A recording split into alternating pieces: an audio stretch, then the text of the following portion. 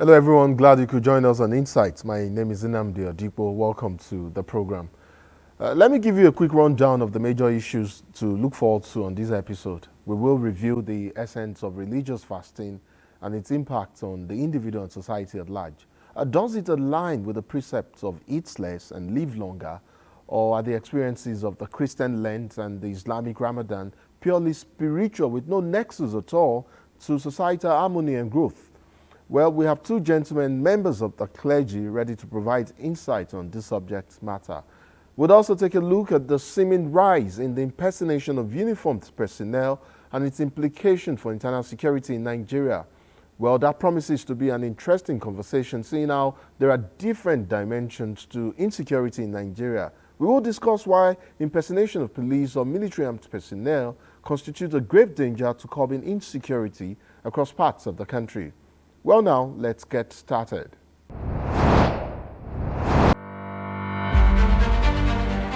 Whatever the issues are, the National Assembly is constitutionally empowered to scrutinize, however complex or intricate. We have involved all the academia, the members of the academia. We have involved the academies. Be it government policies or in fact any issue of public concern. Our job is to help you gain clarity and make sense of it all. This is not really healthy for our democracy. There's a lot of aggrievance in terms of who has been in power longest and who becomes the governor of the state. It's also in the quality of food being consumed. After all, perception is insight. And gaining understanding is also getting insight.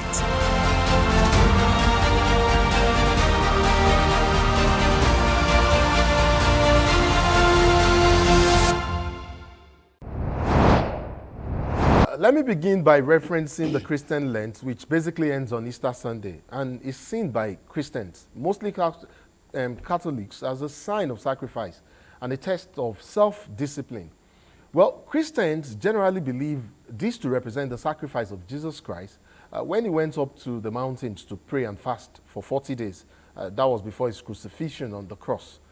And now to the Ramadan, rightly described as the fourth pillar of Islam. The Ramadan fast, of course, is regarded as an act of worship to attain God's conscious piety and one of submission to Allah. For Muslims, the fast is an act of deep personal worship and it means to seek a richer perception of God.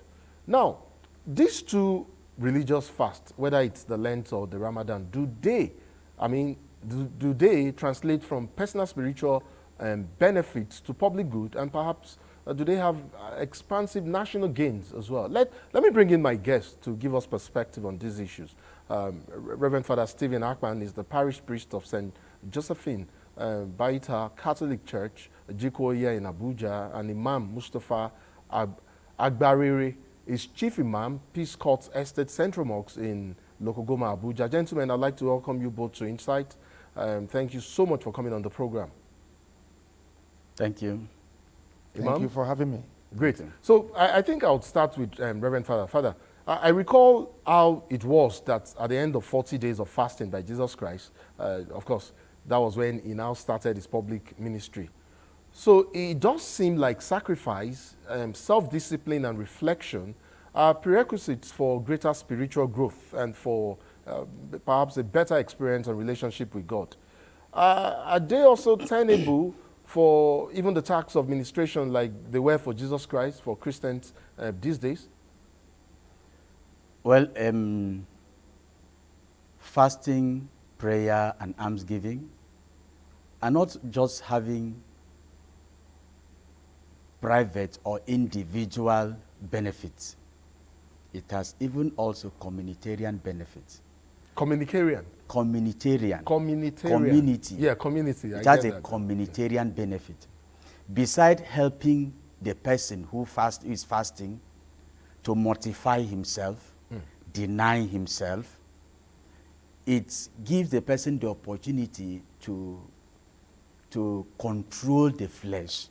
And when you are able to control the flesh, it gives a better credence to the spirit. It sets the spirit free and also affects whatever you do, affects the community as a whole. You start as an individual, but it goes further to affect the community. Of course, while you are fasting, you cannot be a partner to sin or crime. When you are fasting, you cannot be a partner to what is inimical to the community or the society.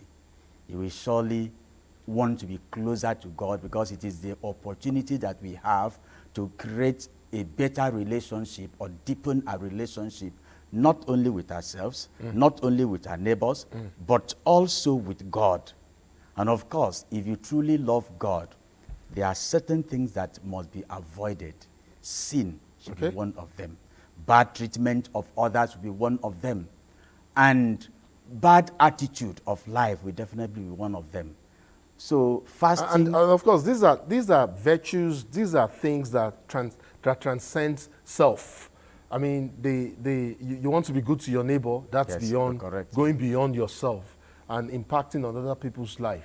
You want to be good to others. It means sacrificing certain things for somebody else's benefit. Am I right? You're correct. Definitely fasting helps you do that. Prayer helps you do that. Almsgiving helps you do that. Imam, let me just cross over to you now. I feel and I sense that it's somewhat the same for Muslims, and I sense that the Ramadan, though a period of sacrifice and inspiration for the faithful, is also a period of temptation. I somewhat suspect. How do Muslims reconcile, these with submission to the will of Allah as well, especially during Ramadan? Well, it can never be better introduced than what my other colleague has said about the fasting. Fasting is a denial of what those lustful dispositions that the flesh will have in human beings. When you deny yourself of all those things, you see that you're creating a better relationship with your Creator, Almighty Allah. And that is exactly what Muslims are going through now. When you deny yourself, you are submitted to that person, because God Almighty is not with you. But you are conscious of Him internally and innerly, to the effect that, yes, He is seeing you. You won't take water, you won't take food, you will not have any cohabitations with your partners. With that, you are creating a better connection. That is why it is said in one of the narrations of the Prophet that Allah says that kullu amal ibn Adam illa lahu illa sawm. As-sawmu li wa ana ajzi bihi. All the deeds of human beings are for them. When you pray, you're praying for yourself. When you also go to Hajj, of course, you are going to have benefits, because when you come back, somebody will be calling you Alaji. When you also give alms, it is a kind of connection you are creating between yourself and the downtrodden. But fasting is for yourself, and it is for Allah. Allah says, it is mine, and I'm the one that can give the recompense. Imam, I do have one dua for you. Yes. When I was doing my research on the Ramadan, I actually came across this dua for guidance. It's actually written in Arabic, but I do have the English translation here. I would like to read out this translation. It says, "O Allah, show me guidance as guidance, and allow me to follow it. And show me error as error, and allow me to avoid it." Yes. It raises a key issue of mindset during fasting. And goes back to this original question that I asked about reconciling, these desires that you've talked about sacrifice. Yes. You've talked about reconciling that desire, as a believer to total submission to Allah's will. Yes. Yes, that is what you just said is what I read in Arabic as Allahumma arinil haqqa haqqan warzuqni ittiba'ahu wa arinil kadhiba kadhiban wa arzuqni al-infiragha anhu. It means that you want God to show you the truth as the truth, so that you have the wherewithal of following it. So, and that is exactly what we are practicalizing in Ramadan. Ramadan will tame all the lustful disposition in you, like I said the other time. You will not be able to do sins. My colleague said it the other time. You won't create harmful dispositions against your neighbors, against your communities. You create peace, because a fasting person will not fight. In fact, it is reported in the hadiths that when you meet a person that is engaging you in serious arguments, what you are going to say at that point in time is, and I saw him, I am fasting. I am not going to engage you in any crisis, disposition. So these are the benefits of fasting in terms of deepening your own relationship and your connection with your Lord, Creator Allah, subhanahu wa ta'ala. I am quite intrigued because, I mean, religious fasting has been with us, like, some would say almost forever. I mean, since the onset of religion, they've been there and they've been observed. And Imam, you talk about this self-denial, self-discipline. Father here talked about, I mean, the whole experience bringing us closer to our Maker, to God, making us more open to, those good virtues and, godly virtues, I should say. Let's relate that to current times and, our society and things happening around us. And Father, maybe I'd like for you to come in here. I mean, okay. we do all of this. And yet, in spite of this supposed purity, like supposed godliness, supposed path that we're supposed to tread, this whole period, I mean, do we see that resonating in the larger society? Do I go out now and I drive down the road of Gaiki and I see, because of this whole period of religious fast and how people are, I don't see people break the law, cross traffic light when it's red. I don't see somebody shouting at his neighbor just because I blocked or I barred his way for a few seconds. I mean, do we see that resonating? Do we see that godliness out there, resolute and resounding in the larger society? Thank you. I think at different times and different places, we find them. But we may not be able to find them in all the places and at all times. The reason being that we are created differently. The differences in human nature, our attitude, even our understanding of issues. There are people who are deeply involved in the religious fasting within this Ramadan and within this Lenten season. And nothing distracts them. They do it well. But there are people, despite the fact that they are actually doing well too, they are still also not backing off the challenges and the lure and desires for sin and all others. Of course, there are people who also find glory in breaking laws and things like that. It is very common, which we see. You find people who are fasting, who drive and even tell people, shege, waga, waka, while they are driving. They curse people, yet they are fasting, yet they are praying. But we should not allow the little that we find to take away the glory of the large part. Because whether you like it or not, there are many people who are actually making effort to keep to what is sane, especially when it comes to this fasting and the observance of Lenten season and Ramadan period. There are people who are making effort. There are also people who are not really making enough effort, and they are actually not struggling.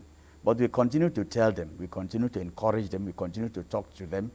After all, God has given all of us what we call religious freedom. That is how they have chosen to use their freedom. But we will not relent in asking them to come back to the Lord. That is what the whole of this season is about. That is what Ramadan is about, and that is what Lent is all about, a season to return to the Lord and let go our past and begin afresh for the future.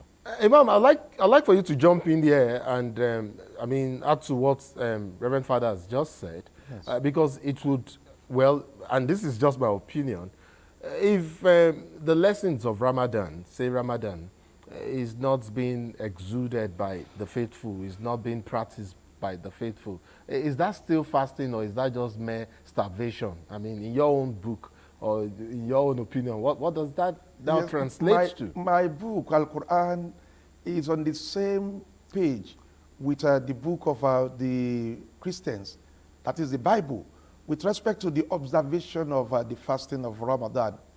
The pastor has said it, and I can't even less agree with him. I have to agree with him completely. Some people, they fast, but they're not going to get any reward from that fasting except denying themselves only of the food and the drinks. That is the only thing that they are denying themselves of. They are not going to get any reward. The prophet said it, that fasting, some people are going to get just the hunger as their own reward in fasting. If they don't do it perfectly, there are rules of and directions of on everything we do under the sun. We have the don'ts and the do's. You just gave a similarity of the person or the people who violate the rules of the road. Yes, it's one of those just things. as an example. As just an example, yes, because yes, as an there are example. there are other acts So as many well. examples Yeah, are also exactly. there. Some people engage themselves in fracas. Some people abuse themselves, just like the word uwaka, orioda, oriokwe on the road. All these put together, they are the vitiating elements of fasting. Your fasting will not be accepted if you don't adhere strictly to the rules of fasting. Father, there's a side to this whole exercise, of fasting, and I would like for you to talk about that. I mean, I'm sure you're familiar, I don't know if you are, with this cognitive dissonance, the body being used to having food at certain times of the day, certain number of foods at certain times of the day. I'm wondering, I mean, in the context of what we're discussing now, fasting, of course, I know it's not starvation, by the way, but it also denying one's body certain pleasures and certain things that the body ordinarily is used to. When it comes to this whole issue of cognitive dissonance, doesn't that disassociation, the body now trying to experiencing some withdrawal symptom as a result of not having what it is used to at certain times of the day, this disassociation, doesn't it reduce the spiritual goal or ramification of the fast? Actually, when the person is struggling with self, and the person's mind is not really now focused on the core essence of the fast, because that person is probably experiencing a cognitive dissonance. Actually, it does not reduce the quality of the fast. The reason being that is the center and the reason for the fasting. Sacrifice. Okay. It is meant for the person to sacrifice. And you cannot sacrifice anything that costs you nothing. Of course, you enjoy eating, you enjoy drinking, you enjoy your food. For you to sacrifice, it means that the sacrifice must have a value. And in this case, the value of what you're sacrificing is that satisfaction and the joy that you have from it. So it does not in any way, rather, it goes to contribute to the spiritual well-being, development and sustenance of the person that we are talking about. So it does not in any way depreciate the value of the fasting itself. So if a Christian is fasting, and because in Christianity we can drink water, yes, while we are fasting. Okay. We can drink water, and in fact, certain people are exempt from this fasting, like children, those who are sick, those who are on medication, those who are above 59 years and those 59 and above. They are actually not so much encouraged to fast, but all others are encouraged to gain the spiritual benefits, to mortify, to punish the flesh in order for the soul or the spirit to be better. Punish the flesh. Yes. Imam, would you like to add to? Yes. Add to what? Yes, there is a monster in men. That monster is what drives us to do some evils. and that is the flesh. So that monster can only be punished, can only be chained by deniers. When you deny the monster of the luxuries, of course, you see that the soul will now have connectivity, direct connectivity with God Almighty.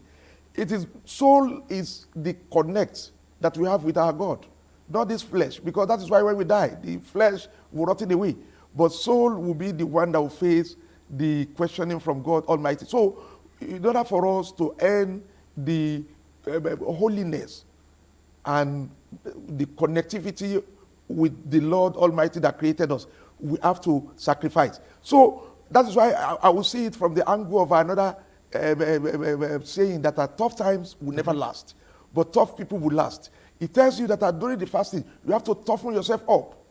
You have to be resilient against all things that are luxurious inside you before. You tell the body that body, I have to follow my God. I'm leaving you for now.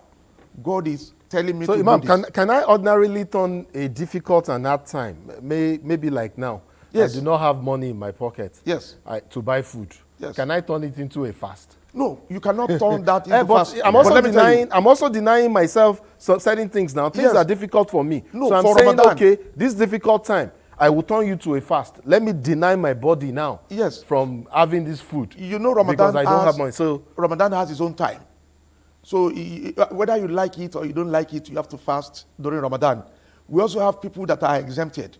The young, the old, the aliens, they are exempted. Yes, like what the Reverend Father said. But at times, when you don't have, you can say, yes, God, that is after Ramadan.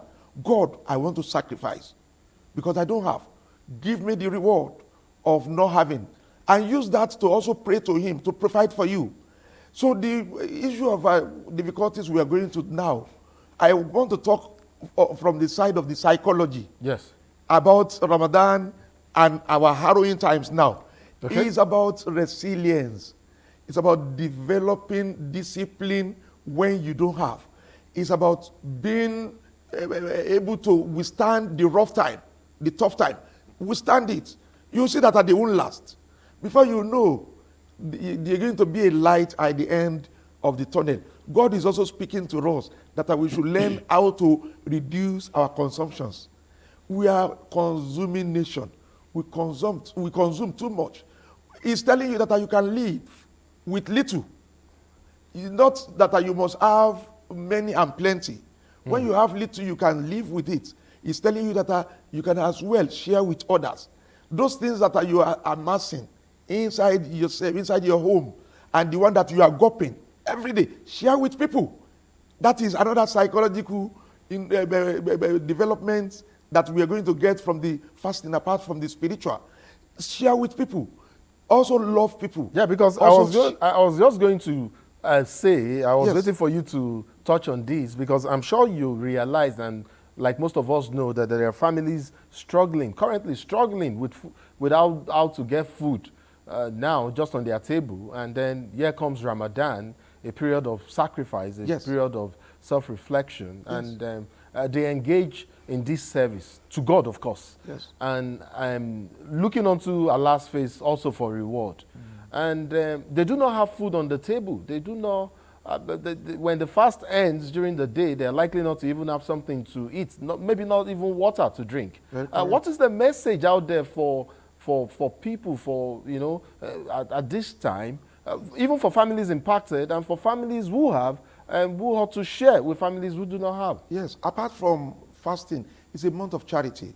The month of Ramadan is telling you that you should love one another, share with people, reduce your own consumption in order to save for other people, not to save for yourself. In fact, it is recommended that if you're fasting and you also break a person that is fasting, you're going to earn the reward of the fasting of that person. And it will all affect your own reward, the reward that you are going to get. So this is the month that when you give people food, God will multiply his own blessing on you. It is recommended. Give people iftar. That is why you see, we go to the mosque. When we're breaking our fast, you don't do the one that you take only and your family alone. No. Break the barrier. Allow people to come to your house. encourage them to eat with you. When they are going, also provide for them. So I'd like to come to you, Father. I mean, Okay. when we started this whole conversation, there was something you said, and I thought it was quite striking. And that was how quickly, I was intrigued at how quickly you linked Lenten season, religious fasting, to having not just self-benefits, but then having a more expansive community benefits. I don't know, Father, there's an angle to this whole discourse I'd like for us to talk about. Are you familiar with the story of the priest and the drunk? Have you heard the story? Maybe if not, I can quickly tell you the story as well. You know, there was a priest that sat opposite a drunk in a bus, in a moving vehicle one day. The drunk was struggling to read a newspaper in the vehicle. At some point, the drunk asked in a slurred voice and asked the father, that is, Father, what is arthritis? The priest, who obviously had seen the drunk and how he was struggling, saw this as an opportunity to admonish the drunk for what he was and answered him by saying, well, arthritis is an affliction caused after years of being drunk while engaging in various negative behaviors like habitual smoking, prostitution certainly, and having binges and all of that.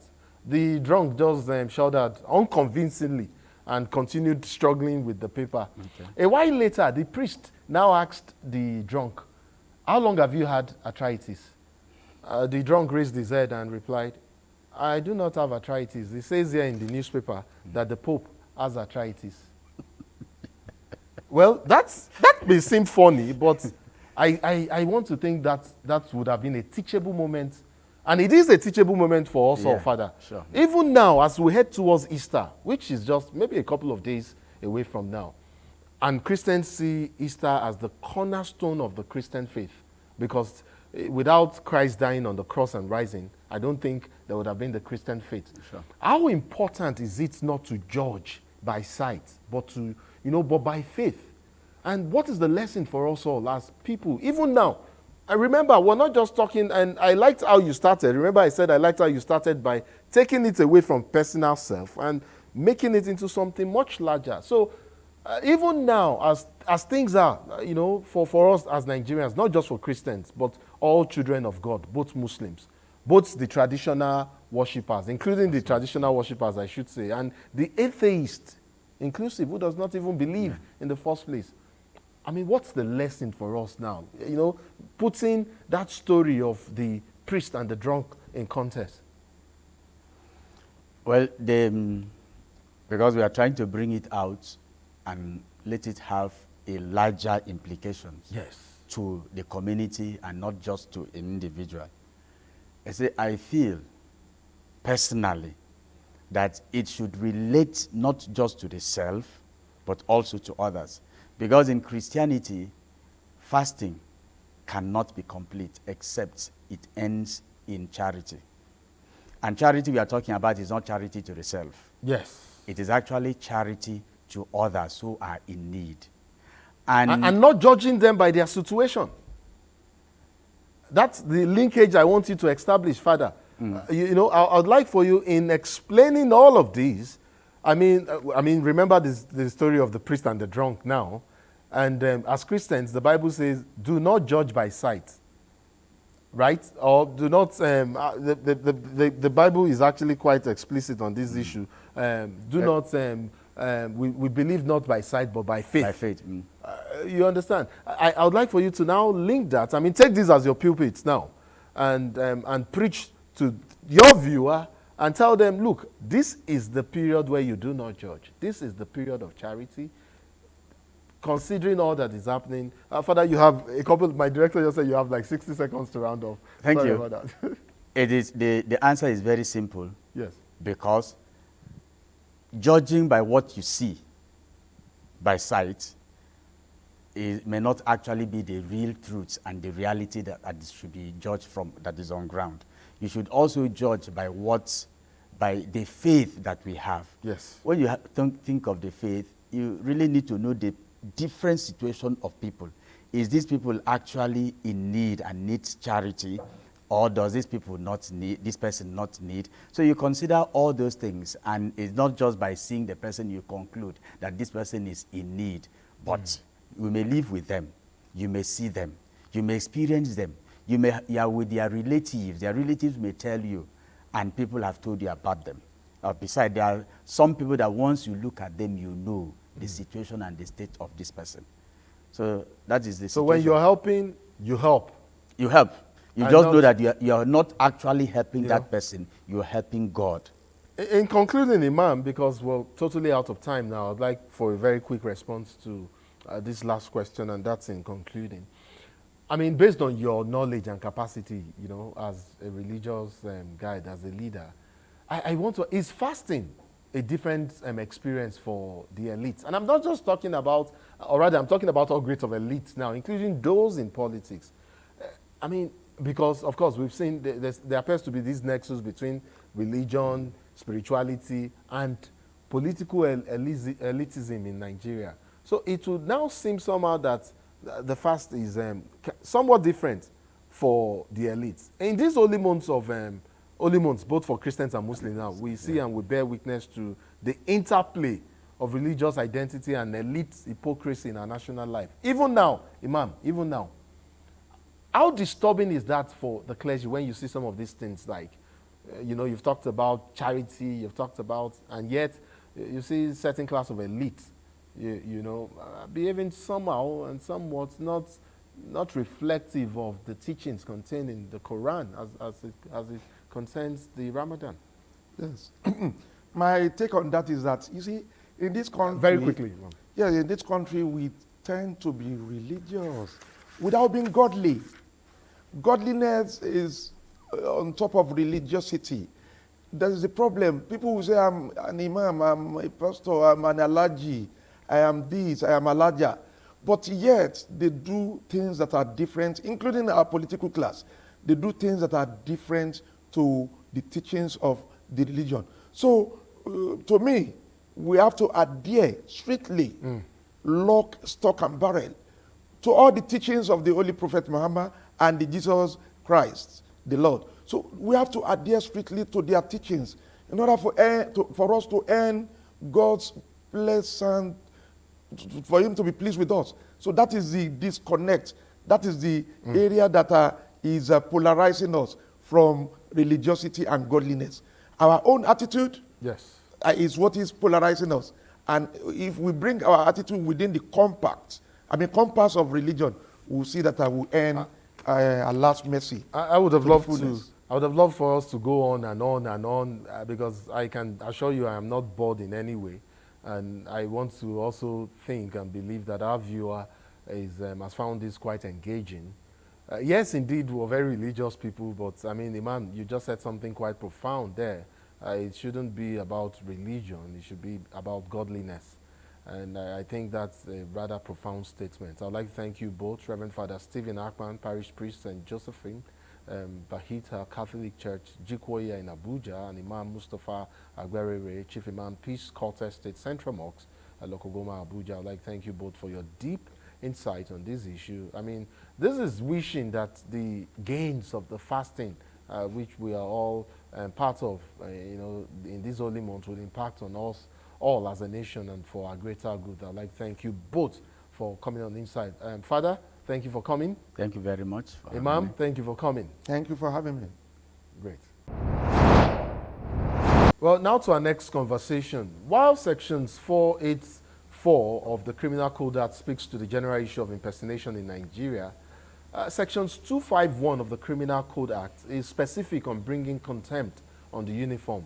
It simply states that any person who, not being a person serving in any of the armed or police forces of Nigeria, wears the uniform of any of these forces or any dress having the appearance or bearing any of the regimental or other distinctive marks of any such uniform, in any such manner or in any such circumstances as to be likely to bring contempt on that uniform or employs any other person so to wear such uniform or dress, is guilty of a simple offense and is liable to imprisonment for 3 months or a fine of 40,000 naira. I should say 40,000 naira if I'm not mistaken. Why that is the law, the trend is unrelenting with many cases of impersonation of police or military officers often captured in the news, whether it's on mainstream media or the social media. Well, now let's talk about the varying dimensions to this issue in terms of internal security. My guest is Chikwe Udensi. Is that correct, Udensi? Chikwe Udensi, yes. Udensi, a fellow of the Chartered Institute of Forensic and Certified Fraud Investigator of Nigeria and a systems consultant, Interpol National Central Bureau here in Abuja. I'd like to welcome you to Insight. Welcome, sir. Thank you very much. Thanks for having me. Great, fantastic. It's actually good to have you here. Well, let's begin with perhaps the most basic in terms of the security implication of this trend and the lapses that criminals have often exploited and continue to take advantage of by impersonating uniformed personnel. How dangerously close have we come, or could we come if this trend is not cut down in its prime? Seeing some of what we have seen and what we have heard criminal elements do while dressed in uniformed, while dressed as uniformed personnel, impersonating uniformed officers. How deeply ingrained has this become in our society, and why should the trend be controlled? It's become a big problem, a very massive problem. This is because almost all security agencies, all personnel of security agencies in the country are all sitting within the communities doing internal security. It ought not to be that way. Which is an aberration. It is an aberration. Internal security are often essentially the job of the police, the Nigerian police force, in our own case. And their job ought not to have crossbreeds of duty. But that's exactly what we have today. For you to see the military on the streets in most countries of the world, that is where there is a very serious breach, security breach. That is when you see the military. That is when you see other agencies on the streets. But here in Nigeria, all agencies are doing internal security. And that multi-facial attitude of everybody being within the armed forces, being within the security forces, it creates a problem. And if we don't find a way to curb it, so it makes it more susceptible to being, I mean, officers now being impersonated. Is that what you're trying to say? Absolutely. I get that it's an aberration according to our laws, but certain exigencies have made it have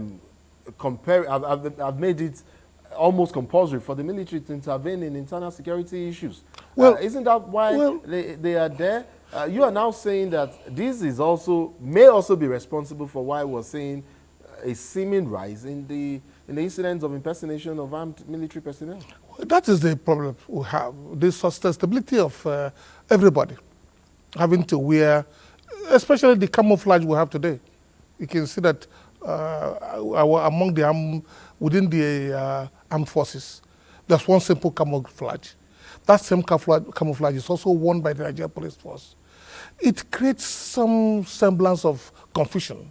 It sends a very wrong message. And it allows the general public a free flow of the use of this camouflage, which creates enormous problem in the society. What we are saying is very simple. Let us have a complete and clear internal security mechanism that is being handled by one specific arm of the forces, the Nigerian police force. Let them do the job of internal security. If they do the job of internal security, the issue of easy access to the uniforms of the police and also the easy access to even arms and ammunition will be sizably curtailed to a large extent. But that's exactly what problem is often associated with having all facets of the armed forces on the streets of the nation. It creates a problem, confusion, total confusion. Well, I get that, and I can relate with what you're saying, but I do also know that they have distinctive uniforms for certain cadre of officers within some of these forces, whether it's the police, whether it's the army or the navy or the air force and all of that. But the point being that, look, that they are, even at that, we still see certain elements, criminal elements, impersonating certain cadre of uniformed officers. But having said that, and having established that, I look at certain provisions, or rather the provisions of the Criminal Acts Code in that section 251 that I reeled out earlier, and I look at the punishments stipulated there, and I wonder if that is even enough as a deterrent. Do you also wonder about that as well? I mean, 3 months and absolutely. I do 40,000 not think that's enough deterrent. When we have some of these laws made over the years, when those values of money were relatively very high, Yeah. if things change, we should change them. Right now, that amount of money makes nonsense of a sizable deterrent of somebody who have impersonated as a law enforcement agency, law enforcement agency personnel. But let us look at it from this angle too. I know about the Nigerian police force. Yeah. The policemen buy their uniform from the market. It's in the market. This ought not to be the case. When you allow... Because it opens up an avenue. Yes, it opens up a clear avenue for people to Yeah. abuse it. The policemen today, their uniform, their shoes, their cap, their belt, it's in the open market. Should I say something now? Yeah, go ahead. Let me just jump in here. Let's go ahead. You know, I'm sure you're familiar with the Louis Edet's house. That's the force headquarters in Area 11, not so far from the headquarters of the NTA. Yeah. That's This is just a reference to what you're saying. Yes. What you're saying right now. So you can actually still continue with your point after I say this. If you drive down that road, if you're leaving NTA and you're driving towards Louis Edet's house, there are 2 filling stations along that route. There's the first one is Asman.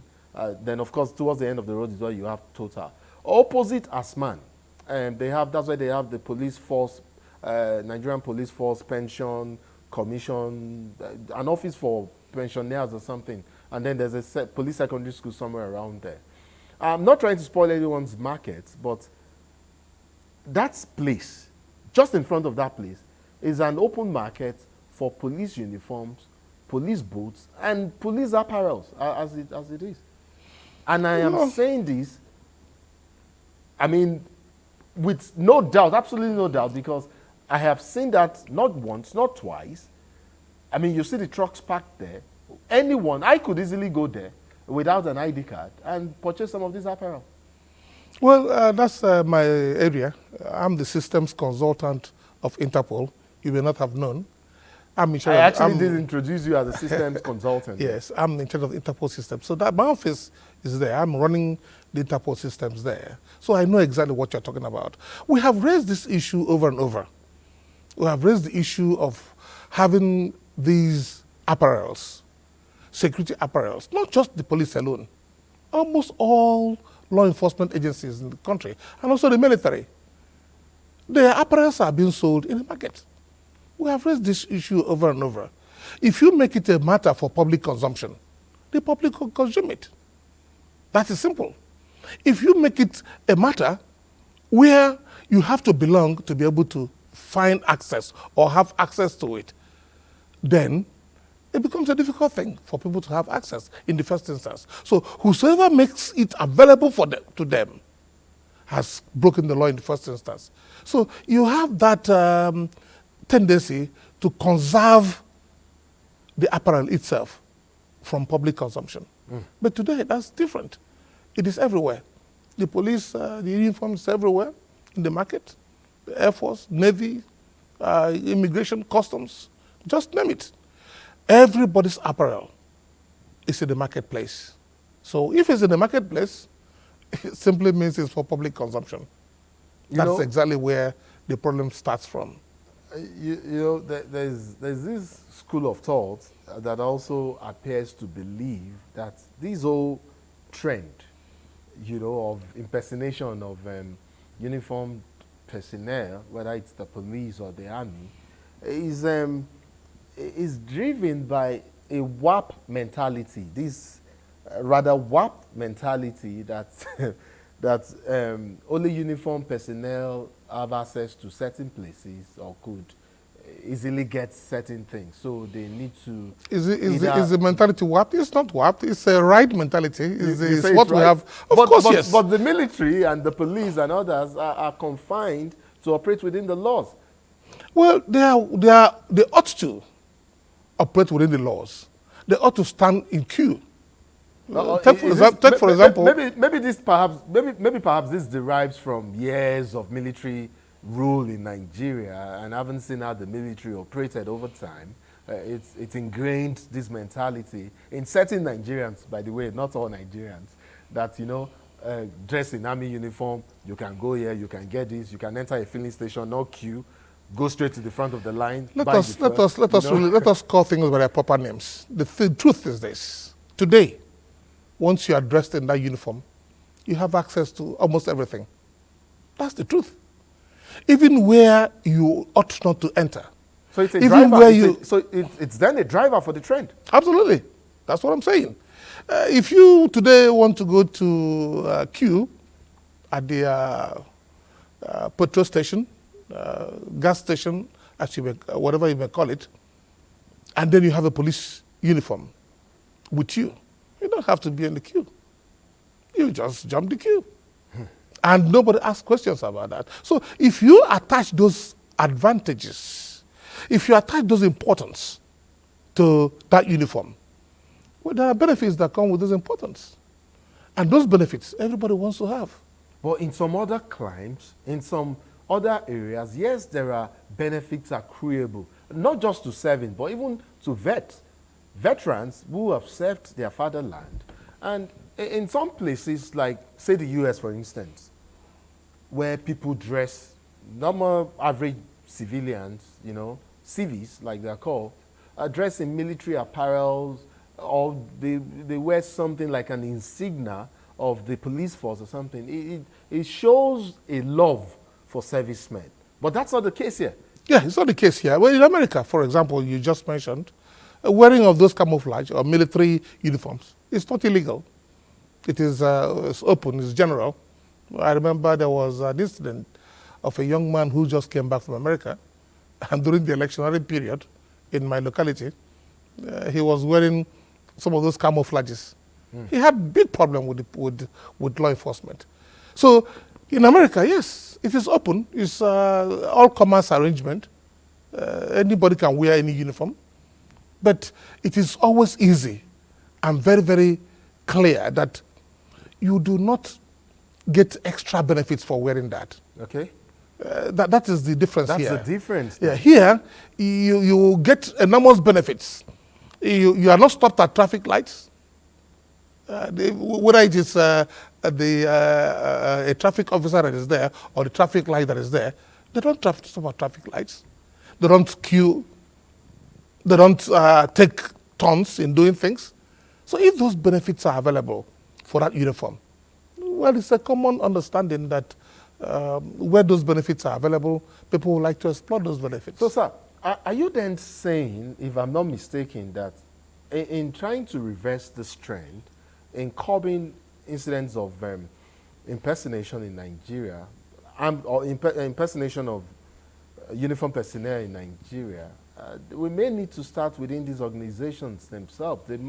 We might need to do some sort of internal purging and cleansing first, yes, to rid these organizations of certain privileges. A society where you abuse, you give enormous extraordinary benefit, you give undue advantage to whoever is wearing uniform. Anybody who is wearing uniform can break the law and nothing happens to him. There are those benefits people want to have to. You see, those who are wearing those uniforms, they intend to achieve those benefits that those who ordinarily are entitled to it are also having. That's exactly what we're saying. But if we have a society where whether you are in uniform or not, whether you are wearing all kinds of apparels, you must take the cue. If there are no benefits attached to those uniforms, you see that there wouldn't be much attention to it. But that's not the case in Nigeria. Once you wear that uniform, you don't stand on the line, you have extra benefits, you disobey the laws, You have nobody to query you. With that tendency, people are bound to disobey or take those apparels for the benefits they get from them. And that's how we see criminal elements exploiting the same avenue to don these apparels and then perpetrate dastardly nefarious acts in society, and then susceptible and innocent Nigerians, vulnerable Nigerians, fall prey to their to some of their works, their nefarious works. I mean, the laws are clear, like we talked about earlier, on what it means to adorn or to wear. It's called contempt on uniform right now. And yet, I don't know if you have an opinion on this. I see skit makers, sometimes donning a semblance, maybe not the real one, but a semblance of military and police uniforms. I'm not talking about professional actors now, because I think there are laws about that as well. So not professional actors. I'm actually talking about these social media skit makers and skit actors donning them. What does that also translate to? Doesn't that somewhat translate to contempt on the uniform as well? Is that not making a ridicule of these organizations and agencies, as it were? Yeah, look at most of the comic artists. When they wear police uniforms, they make nonsense of police work. And to some extent, because there is not enough deterrent against it, there's no enough enforcement. Of course, yes, that's the problem. In law enforcement, we believe that where there is no deterrent, there's no proper enforcement. If you don't put sizable deterrent, the breaking of the law will continue. So if you see most of the movies, and whether they are professional movie stars or those that hack on these sites, fly-by-night ones, whichever it is, you will see that police uniforms have been worn, even with ranks, police ranks on them, and creating those problems that are associated with not knowing who the real one is and who the fake one is. So we have this problem on our hands, and I see the possibility of the problem also expanding to the states, even when we do, if eventually we do go ahead and get state police, even at that level. At this point in time, while we're preparing, and thinking of how to go about state policing, what format and what structure it will take, shouldn't that also be part of the equation as well? How to perhaps close that gap if and eventually when we start and take off with state policing at that level, at state and local government levels? Well, I've always been opposed to state police, especially to the extent to which you give command and control of arms and ammunition, and also the personnel that handle them, to governors. I'm totally opposed to it. I don't know the concept. The issue of state policing. I don't know the concept of the state policing you're talking about, but what we have always encouraged is let the policing get to the people. We have let it be a community policing project. As many communities as we have, let us have the community policing projects with them. That is exactly what we have advocated, because taking policing to the people is the best that we have today. We have always agreed. Everybody knows that what we have right now, as it has to do with internal security, with the Nigerian police force, is not enough. It does not suffice. True. Everybody is very, very much opposed to the situation right now. We have all asked for other ways to make sure that policing reaches the people. I'd like to thank you so much for coming on Insight.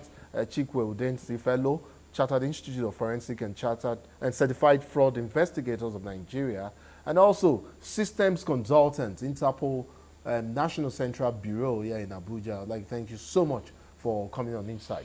Thanks for having me. I'm greatly honored. And that's it on this episode of the program. Do join us same time next week for more on Insight. My name is Nnamdi Odipo. See you then.